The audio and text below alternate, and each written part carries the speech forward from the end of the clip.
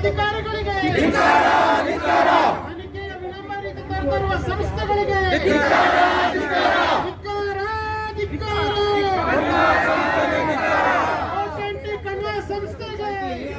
ಸಾವಿರಾರು ಹಿರಿಯ ನಾಗರಿಕರಿಗೆ ವಂಚನೆಯನ್ನು ಎಸಗಿದ್ದಾರೆ. ಈ ವಂಚನೆಯನ್ನು ಮರುಪಾವತಿ ಮಾಡೋದಕ್ಕೋಸ್ಕರ ಸರ್ಕಾರಿ ಇಲಾಖೆಗಳಲ್ಲಿ ಮುಖ್ಯ ಹೈಕೋರ್ಟ್ ಇಲಾಖೆಯಲ್ಲಿ ನಾವು ದಾವೆಯನ್ನು ಹೂಡಿದ್ದೀವಿ. ಈ PIL ಪ್ರಗತಿಗತಿಯಲ್ಲಿದೆ. ಆದ್ದರಿಂದ ಸರ್ಕಾರ ಹೈಕೋರ್ಟು ಒಂದು ಅಡ್ಮಿನಿಸ್ಟ್ರೇಟಿವ್ ಬಾಡಿ 4 ಜನರ ತಂಡವನ್ನು ರಚಿಸಿದೆ ಹಾಗೂ KPID ಕಾನೂನು ರೀತಿ ಕಾಂಪಿಟೇಟಿವ್ ಅಥಾರಿಟಿಯನ್ನು ನೇಮಿಸಿದೆ. CIDಯಲ್ಲಿ ಪ್ರಗತಿ ಇದೆ. ಸೊ ಆದರೂ ಕೂಡ ಇದು ಮಂದಗತಿಯಲ್ಲಿ ನಡೀತಾ ಇದೆ. ಈ ಮಂದಗತಿಯ ಧೋರಣೆಯನ್ನು ಖಂಡಿಸ್ತಾ ಇದ್ದೀವಿ. ಆದ್ದರಿಂದ ಈ ಸರ್ಕಾರದ ಕೆಲವು ಇಲಾಖೆಗಳಿಗೆ ನಮ್ಮ ಈ ಹಿರಿಯ ನಾಗರಿಕರ ಒಂದು ನೋವು ಅರಿವಾಗಲಿ, ಅವರು ಶೀಘ್ರಗತಿಯಲ್ಲಿ ಈ ಠೇವಣಿದಾರರಿಗೆ ಮರುಪಾವತಿ ಮಾಡಲಿ ಅಂತ ತಮ್ಮ ಪತ್ರಿಕಾ ಮಾಧ್ಯಮದ ಮುಖಾಂತರ ನಾವು ನಮ್ಮ ನಿವೇದನೆಯನ್ನು ಹೇಳ್ಕೊಳ್ತಾ ಇದ್ದೀವಿ. ಈ ಕಣ್ವ ಸೌಹಾರ್ದ ಸೊಸೈಟಿಯ ಒಂದು ಠೇವಣಿ ಹಣವನ್ನು ಬೇರೆ ಸಂಸ್ಥೆಗೆ ವರ್ಗಾವಣೆ ಮಾಡಿ ಶ್ರೀಮಾನ್ ನಂಜುಂಡಯ್ಯನವರು ತಮ್ಮ ಸ್ವಂತಕ್ಕೆ ಬಳಸ್ಕೊಂಡಿದ್ದಾರೆ. ಈಗಾಗಲೇ ಕಾನೂನು ರೀತಿ 420 ಕೆಲಸವನ್ನು ಮಾಡಿದ್ದಾರೆ. ನಾವು ಕಾನೂನಿನ ರೀತಿಯಲ್ಲಿ ಕ್ರಮ ತಗೊಂಡಿದ್ದೇವೆ. ಮಾನ್ಯ ED ಡಿಪಾರ್ಟ್ಮೆಂಟು ಅವರನ್ನು ಕಾನೂನು ರೀತಿ ಒಳಪಟ್ಟು ನ್ಯಾಯಾಂಗ ಬಂಧನದಲ್ಲಿಟ್ಟಿದ್ದಾರೆ. ಸುಮಾರು 6 ತಿಂಗಳಿಗೆ ಹೆಚ್ಚು ನ್ಯಾಯಾಂಗದಲ್ಲಿದ್ದಾರೆ. ಅದೇ ರೀತಿ ಕೆಲವು ಡೈರೆಕ್ಟರ್ಗಳು, ಕೆಲವು ಮುಖ್ಯ ಅಧಿಕಾರಿಗಳು ನ್ಯಾಯಾಂಗ ಬಂಧನದಲ್ಲಿದ್ದಾರೆ. ಇನ್ನೂ ಕೆಲವರು ನ್ಯಾಯಾಂಗ ಬಂಧನಕ್ಕೊಳಪಡ್ತಾರೆ. ನಾವು ತಮ್ಮ ಮುಖಾಂತರ ನಿವೇದನೆ ಮಾಡಿಕೊಳ್ಳಿದರೆ ಇದರಲ್ಲಿ ಹ್ಯಾಂಡಿಕ್ಯಾಪ್ ಇದ್ದಾರೆ, ಹಿರಿಯ ನಾಗರಿಕರಿದ್ದಾರೆ, ಮಹಿಳೆಯರಿದ್ದಾರೆ, ತಮ್ಮ ಒಂದು ಜೀವನದ ಕೊನೆ 80 ವರ್ಷದ ಹಿರಿಯ ನಾಗರಿಕರಿದ್ದಾರೆ. ತಮ್ಮ ಔಷಧೋಪಚಾರಕ್ಕೂ, ಮಕ್ಕಳ ಮದುವೆಗೂ, ಮನೆ ಕಟ್ಟೋಕ್ಕೂ ಒಂದು ಸ್ವಲ್ಪ ಕೊನೆಯ ಜೀವನದ ದಾರಿಯಲ್ಲಿ ಒಂದಿಷ್ಟು ಠೇವಣಿ ಇದನ್ನು ಅವರು ತೆಗಿತಾ ಇದ್ದಾರೆ.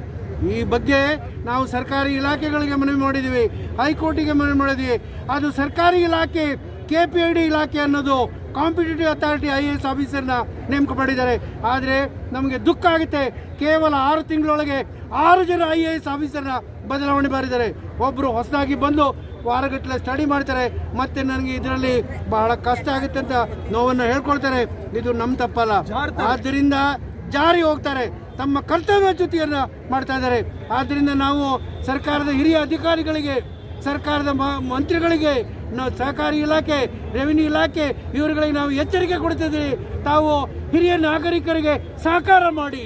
ಹಿರಿಯ ನಾಗರಿಕರಿಗಾಗಲೇ ಸಾವಿನ ಅಂಚಿನಲ್ಲಿದ್ದಾರೆ. 20-30 ಜನ ಸ್ವರ್ಗಸ್ಥರಾಗಿದ್ದಾರೆ.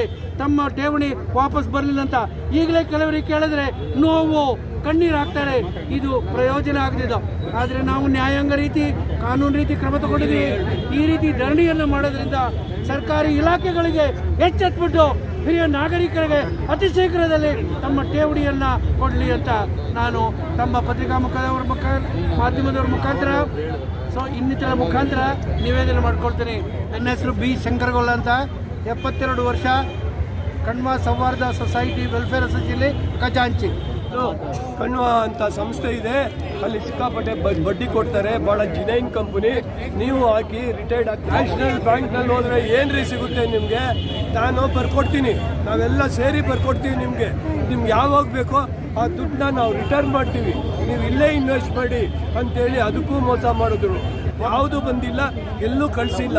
ಈ ರೀತಿ ಮೋಸ ಮಾಡಿಬಿಟ್ಟು ಈಗ ಮನೆಯಲ್ಲಿ ನೆಮ್ಮದಿ ಇಲ್ಲ, ಮಕ್ಕಳು ಮರಿ ಹೆಂಡತಿ ಯಾರು ಮರ್ಯಾದೆನೇ ಕೊಡ್ತಾ ಇಲ್ಲ. ನಮ್ಗೆ ಈ ಥರ ಆಗ್ಬಿಟ್ಟಿದೆ ಸರ್. ಇದಕ್ಕೆ ನ್ಯಾಯ ತೋರಿಸ್ಬೇಕು ಅಂತ ಕೇಳ್ಕೊತೀನಿ. ಶ್ರೀನಿವಾಸ್ ಅಂತ 30 ವರ್ಷ 35-40 ವರ್ಷ ಕಟ್ಟೆದಲ್ಲಿ ದುಡಿದಿದ್ದೀನಿ. ನನಗೆ ಈ ಬಂದಿರೋ ಒಂದು 5 ಲಕ್ಷ ಆಗಿರ್ಬೋದು, 10 ಲಕ್ಷ ಆಗಿರ್ಬೋದು, ಅಥವಾ 15 ಲಕ್ಷ ಆಗಿರ್ಬೋದು, ನನ್ನ ಮುಂದಿನ ಜೀವನಕ್ಕೆ ಅನುಕೂಲ ಆಗುತ್ತೆ ಅಂತ ಪಾಪ ಸೀನಿಯರ್ ಸಿಟಿಸನ್ಸು ಸ್ವಲ್ಪ ಆಸೆಯಿಂದ ಹಾಕಿದೀವಿ ಹೊರತು ಯಾರ ಹತ್ರನೂ ನಮ್ಮ ಹತ್ರ ಸಿಕ್ಕಾಪಟ್ಟೆ ಕಳ್ತನ ಮಾಡಿ ದುಡ್ಡು ಇರ್ಲಿಲ್ಲ. ನಮ್ಮ ಹತ್ರ ದಯವಿಟ್ಟು ಅರ್ಥ ಮಾಡ್ಕೊಳ್ಳಿ, ಕಳ್ತನ ಮಾಡಿ ದುಡ್ಡು ಇರ್ಲಿಲ್ಲ ನಮ್ಮ ಹತ್ರ. ಇಲ್ಲಿ ನಮ್ಮ ಹಿತರಕ್ಷಣೆಯನ್ನ ಯಾರು ಕಾಪಾಡಬೇಕಿತ್ತು?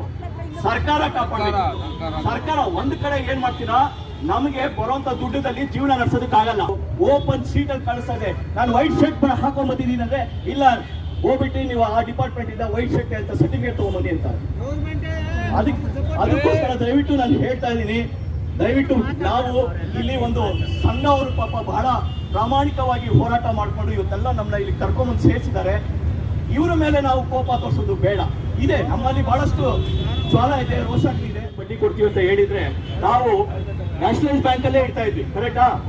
ಏನಾಗ್ತಾ ಇದೆ ಅಂದ್ರೆ ದಿನ ತಿಂಗಳಿಗೆ ಬಡ್ಡಿನ ಇಟ್ಕೊಂಡ್ ಬಂದು ಇವತ್ತು 6% ಇಲ್ಲ 5%, 5.5% ಆಗಿದೆ. ಇಲ್ಲಿ ಏನಾಗಿದೆ ಅಂದ್ರೆ ಇಲ್ಲಿ ಬಹಳಷ್ಟು ಜನ ದುಡ್ಡಿಟ್ಟವರು ಸುಮಾರು 30-35 ವರ್ಷಗಳ ಕಾಲ ಇನ್ಕಮ್ ಟ್ಯಾಕ್ಸ್ ಅನ್ನ ಕಟ್ಕೊಂಡ್ ಬಂದಿರ್ತಾರೆ ಪಾಪ. ಆ ರಿಟೈರ್ಡ್ ಆದ ಟೈಮಲ್ಲಿ ನನ್ನ ಮಾತ್ರೆಗಾಗ್ಲಿ ಅಥವಾ ಇನ್ನೇನಕ್ಕಾರ ಆಗ್ಲಿ ಅಂತ ಒಂದು 4% ಎಲ್ಲೋ ಒಂದು ಸ್ವಲ್ಪ ಜಾಸ್ತಿ ಬರುತ್ತೆ, ಅದರಿಂದ ನನ್ನ ಮನೆಯನ್ನ ನಾನು ನಡೆಸಬಹುದು ಅಂತ.